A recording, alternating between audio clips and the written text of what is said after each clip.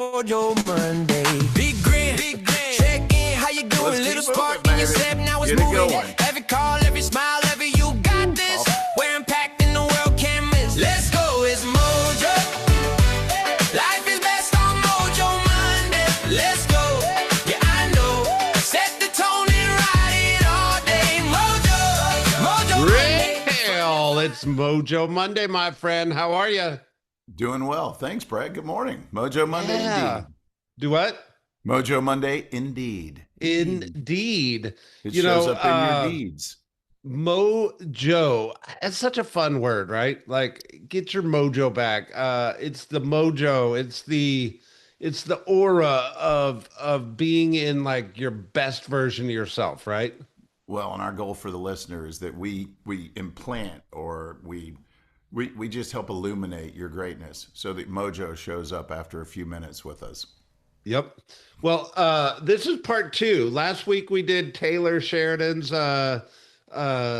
series and what we're learning from him. And I think we called it Stop Selling and actually start, making a difference with the insights of this amazing producer.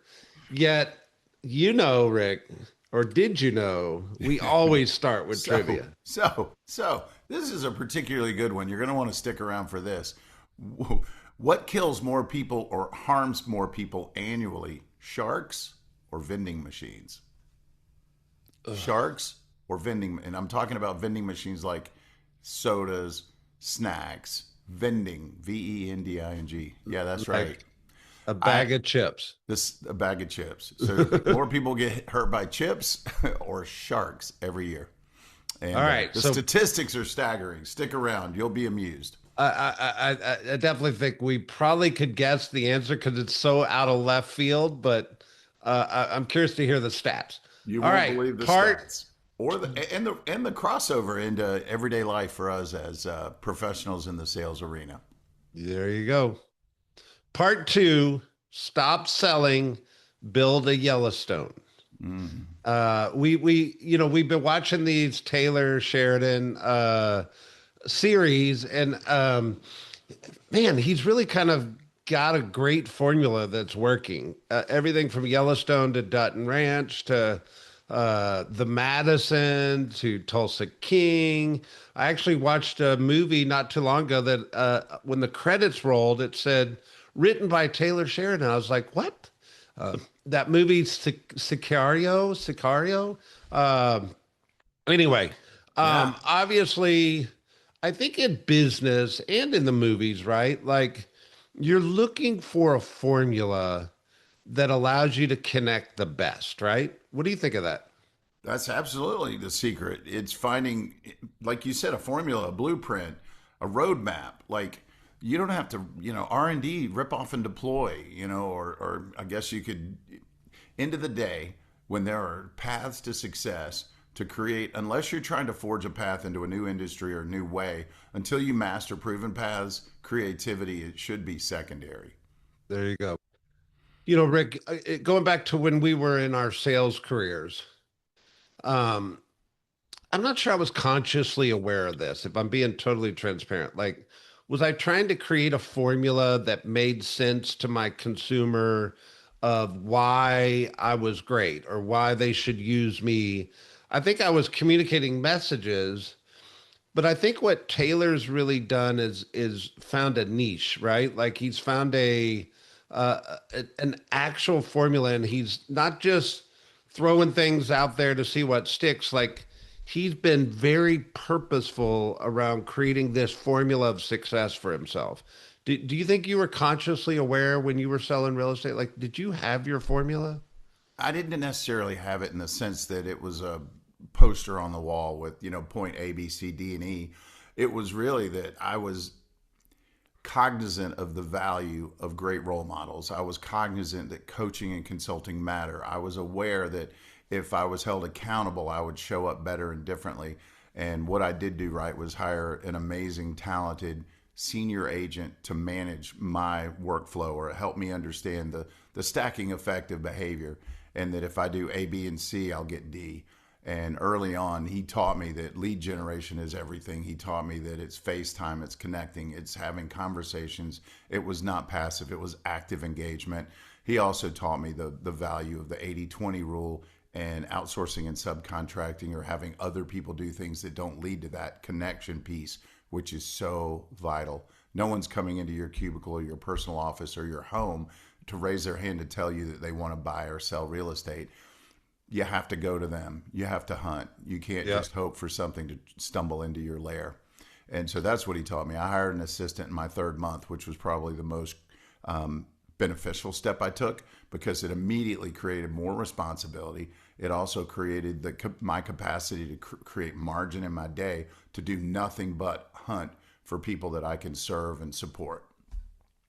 Yeah, so let's recap real quick. So last week on part 1, we talked about the first 3 principles or lessons or paradigm shifts that Taylor Sheridan brings to his magic, right? The first one was he doesn't sell he sells a feeling, not a plot.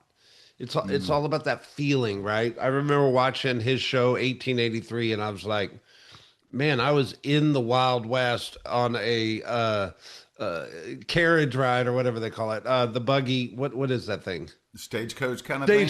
Stagecoach going across the country. Like, I was there. I was feeling it, right? And then, but in our lives, it's how do we sell us a sense of security, a sense of pride, sell a story around your grandkids, a fresh start, it's all those stories. And then our second point was he understands that tribal identity, right? Understanding that people like to be a part of something. They want to feel belonging.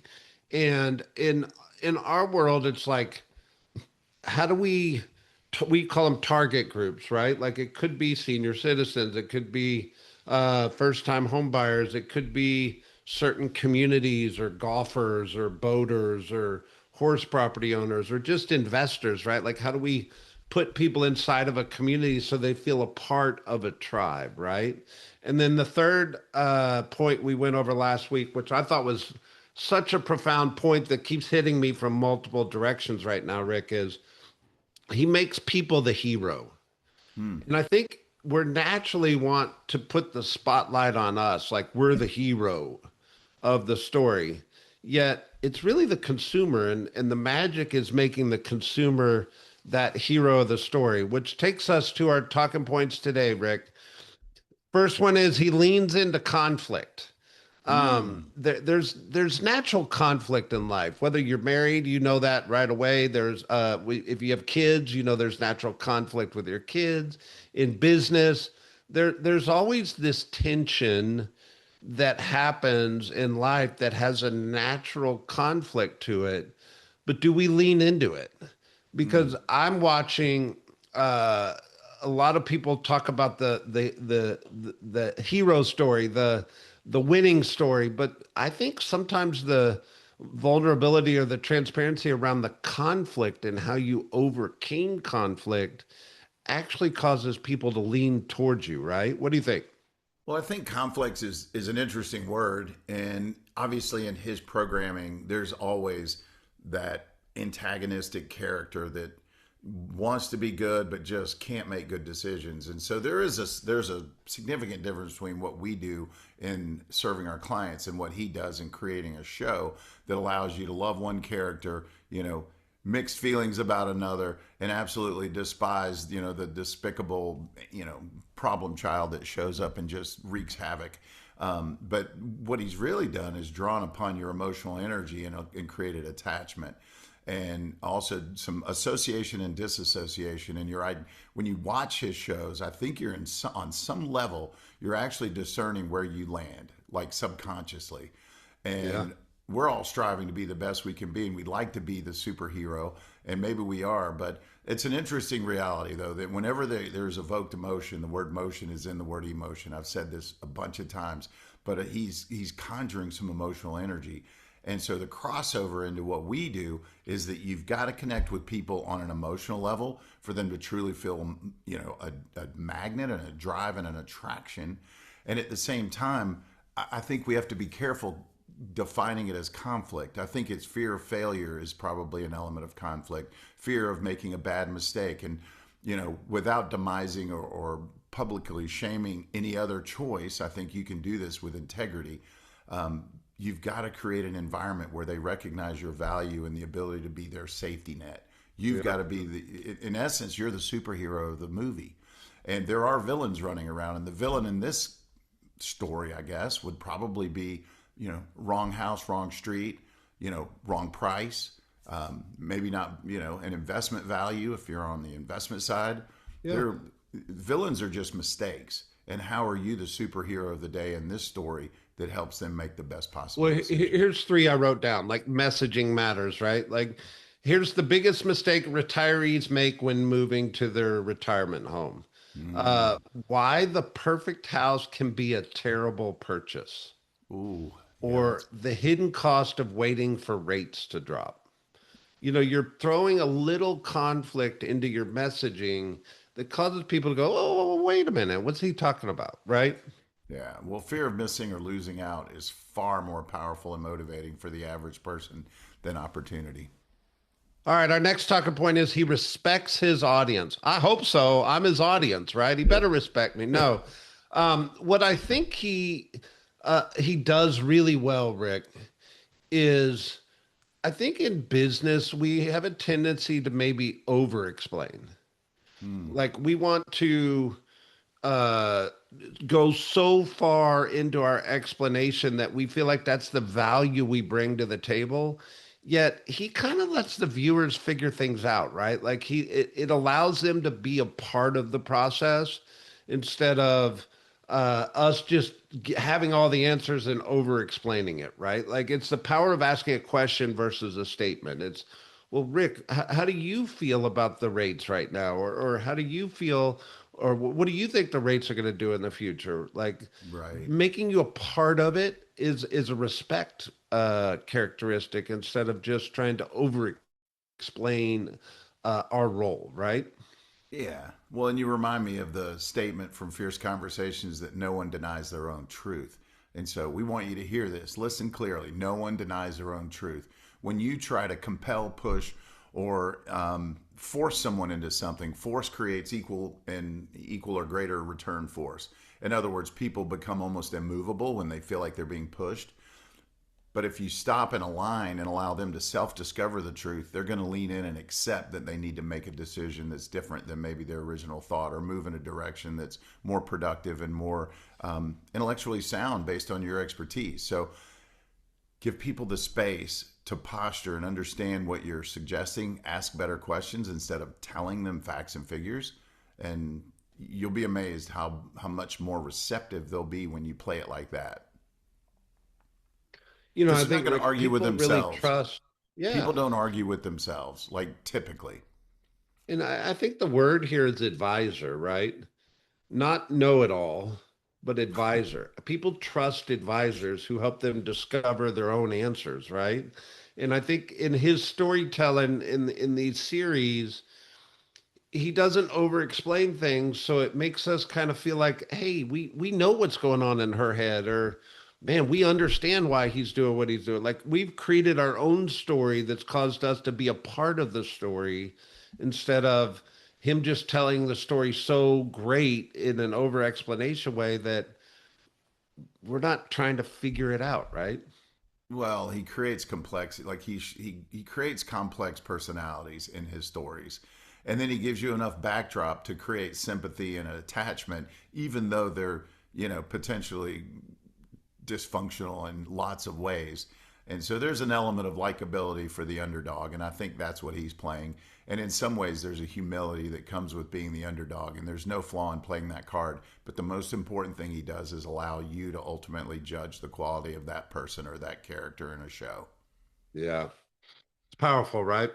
It is, man. He's got a formula for sure, and he does it over and over, and he's just figured some things out. And again, he's also, let's remind the listeners that he has misses. There's a few shows that did not go over. In fact, I don't have them in front of me. There were 2 or 3 I'd never even heard of that were complete bombs.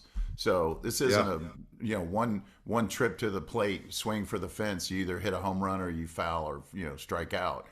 he keeps coming up to the plate, and now he's got dozens and dozens of examples. Yeah. This next point, Rick, is he understands legacy. Mm. This word comes up so much in life and in business, and whether you're doing your wheel of life and people are, or they're doing their value statements, or we're talking people through motivation. The word legacy tends to show up a lot for people. And I think everybody has a deep desire to be remembered. I think everybody has a deep desire to know that they made a difference in the world. And I think what's the research says, like, very few people are remembered 2 generations later, right? Very Like few. your kids and your kids' kids will remember you, but very few people actually are known beyond the 2 generation gap, right? And I think everybody wishes they were. Does that Yeah. make sense?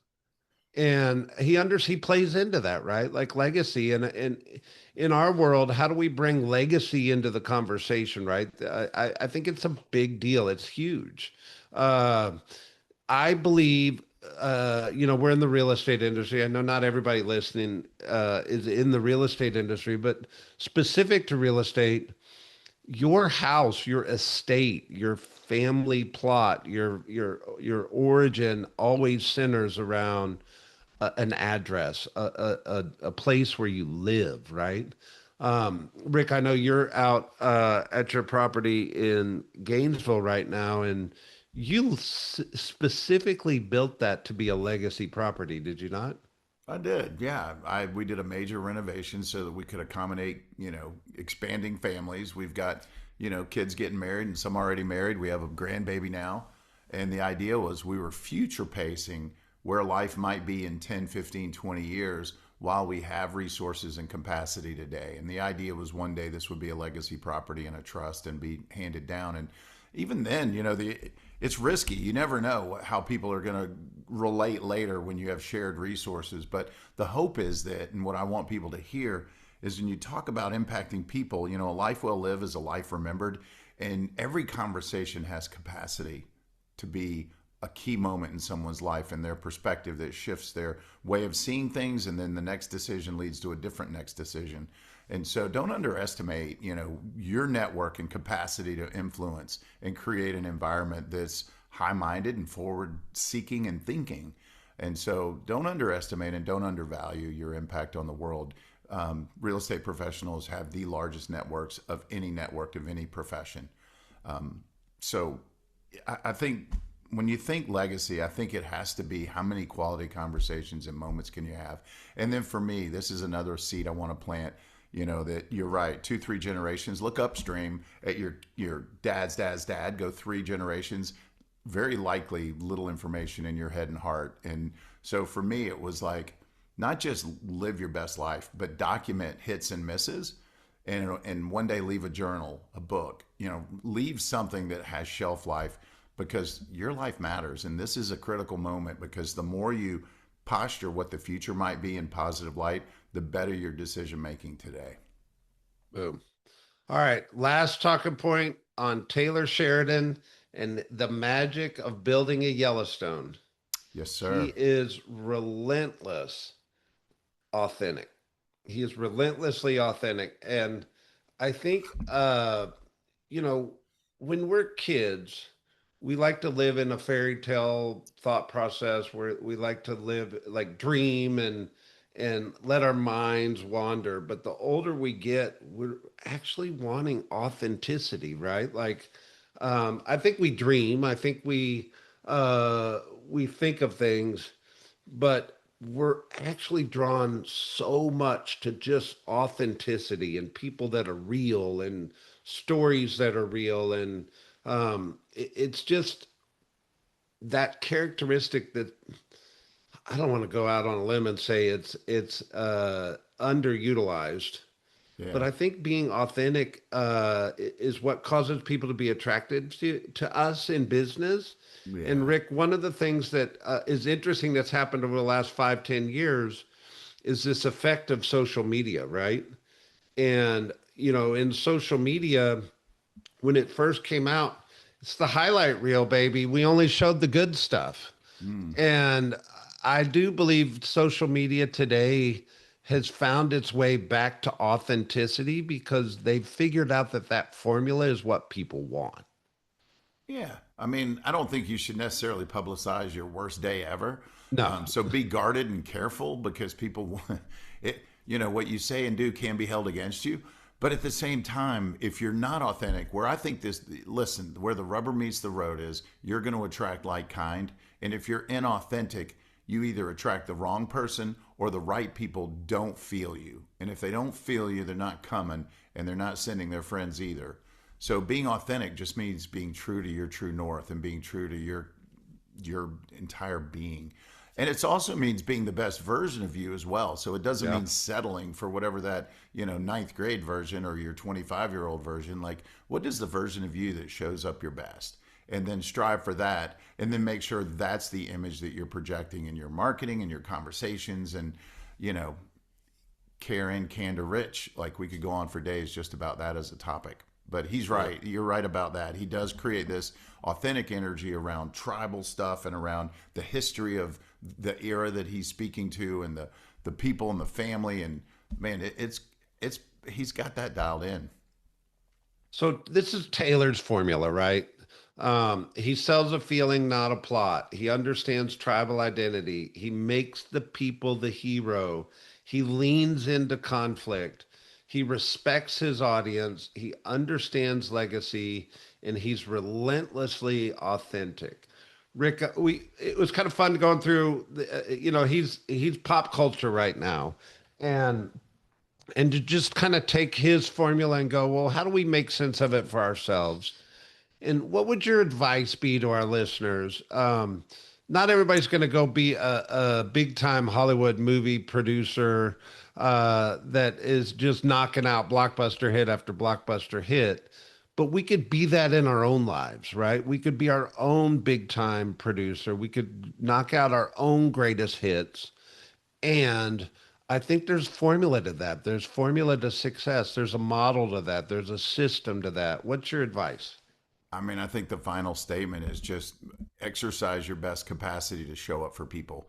You can't help people without showing up. A gift, an unwrapped gift is unworthy and worthless. And so you are the gift. And now it's about making sure you're expressing properly in a way that connects people, helps people connect the dots to a better life, better experience. And that's where all of those points that Taylor, hit on, attributes, if you will, really, really favor you and play out well. And that'll ultimately lead to an incredible legacy of just serving and supporting people while you provide for your family at a really high level. Yeah. Rick, sometimes in business, there's sharks. And every now and then there's a vending machine to give you that fuel. I'm dying to hear. So the Consumer Product Safety Commission is my source. So if this is your fact checking, you could go to them for any flaws in this. But they found 37 deaths and 113 injuries from falling vending machines. We're talking about chips and sodas. That's got to be from people banging it because their chips didn't fall. Obviously, they're angry and frustrated and didn't control their emotions. And over a 75 cent, or now it's probably $2. But this was from 78 to 95. So don't freak out. It's not like every year hundreds of people. This is over a almost 20-year period, which works out to about 2 deaths per year, though. I would never have guessed. Most occurred when someone rocked or tilted a machine. Now, let's talk about shark fatalities, which were I don't know about you. I'm constantly looking over my shoulder left and right when I'm in the ocean.